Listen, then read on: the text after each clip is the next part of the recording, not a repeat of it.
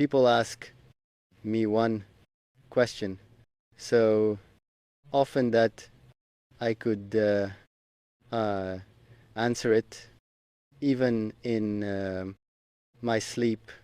In which country are you going to get married?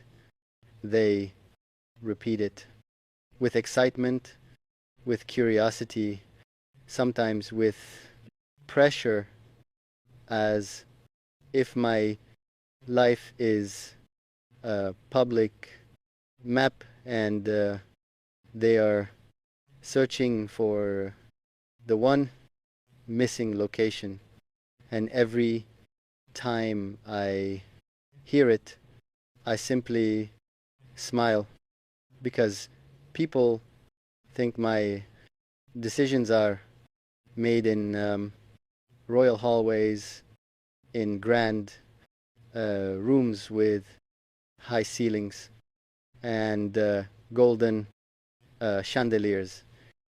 They imagine that I look at a globe, point to a country and say, yes, this is where the prince should marry. But my heart has never worked that way. My life has never been about titles or ceremonies. It has always been about meaning, about truth, about a peace that cannot be bought. So today, let me tell you a story, one that began long before the rumors, long before the headlines, long before people decided to choose a wedding destination for me. Years ago, when I was much younger and still learning who I truly was, I traveled quietly to a distant country. No one knew. No cameras followed me. No guards walked behind me. A few days I was not a prince. I was just a man searching for silence. That country felt like a forgotten whisper of the world, peaceful, soft, untouched. The mornings smelled of fresh bread and hope.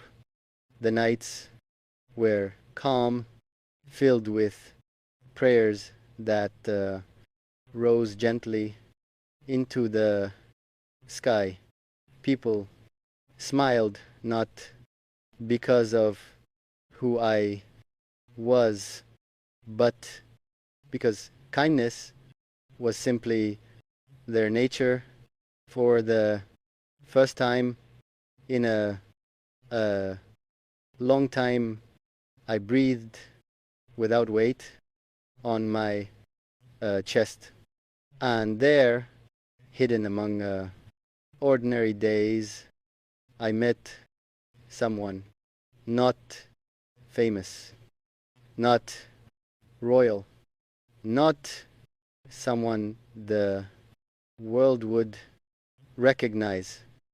She carried a peace inside her that felt like a prayer. Her eyes did not search for status, they searched for sincerity. We did not speak much, but her words stayed with me in a way no grand speech ever has. She said to me, if you ever marry. Don't marry for the world. Marry for peace. Those words followed me everywhere, through every official meeting, through every long flight, through every lonely night, in unfamiliar palaces. They became a compass for my heart. Now, years later, as everyone waits to know where my wedding will be, the truth is simple. I already know. But it is not time to reveal it to the world with trumpets and celebrations. Marriage, to me, is not an event. It is a sacred beginning, the quiet start of a journey meant for two souls, not for millions of eyes. People make their guesses anyway. Some say London because I studied there, because I walked its rainy streets while discovering the world and myself. Others say Morocco because of its beauty, its deep culture, its soulful spirit, and some surprisingly mention Uzbekistan without knowing how close they are to the truth. Let me take you back to that journey from years ago. I remember standing near an old mosque one evening, watching the sunset slip behind ancient domes that had witnessed centuries. The call to prayer echoed across the city like a gentle heartbeat. In that moment, I whispered to myself, maybe one day I will return here, not alone. And that thought stayed with me. Life got busier, responsibilities grew heavier, the world grew louder. But whenever I needed to breathe, my heart returned to that place, its narrow streets, its old marketplaces, its simple homes, its peaceful air. It felt like a place untouched by time, and yes, that place was Uzbekistan, a land where history sleeps in every stone, where the wind carries old stories, where faith and simplicity live side by side, where my heart rested for the first time without fear. When I met her again years later, it felt like destiny had been patiently waiting. She was still the same humble, soft-spoken, warm, and sincere.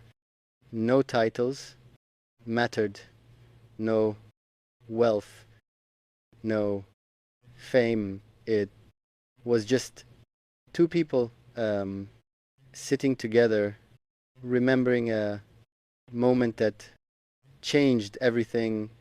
So when people ask me, where will you marry?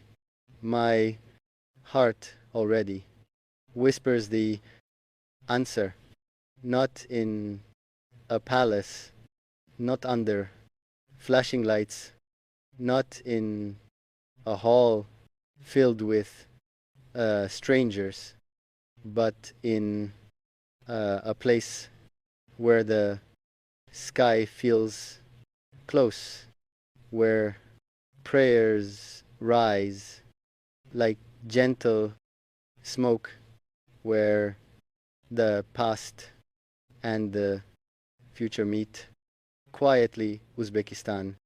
The ceremony will be simple, a courtyard decorated with flowers and light, close family, a few trusted friends, elders offering heartfelt prayers, no reporters, no crowds, no grand entrances, just truth.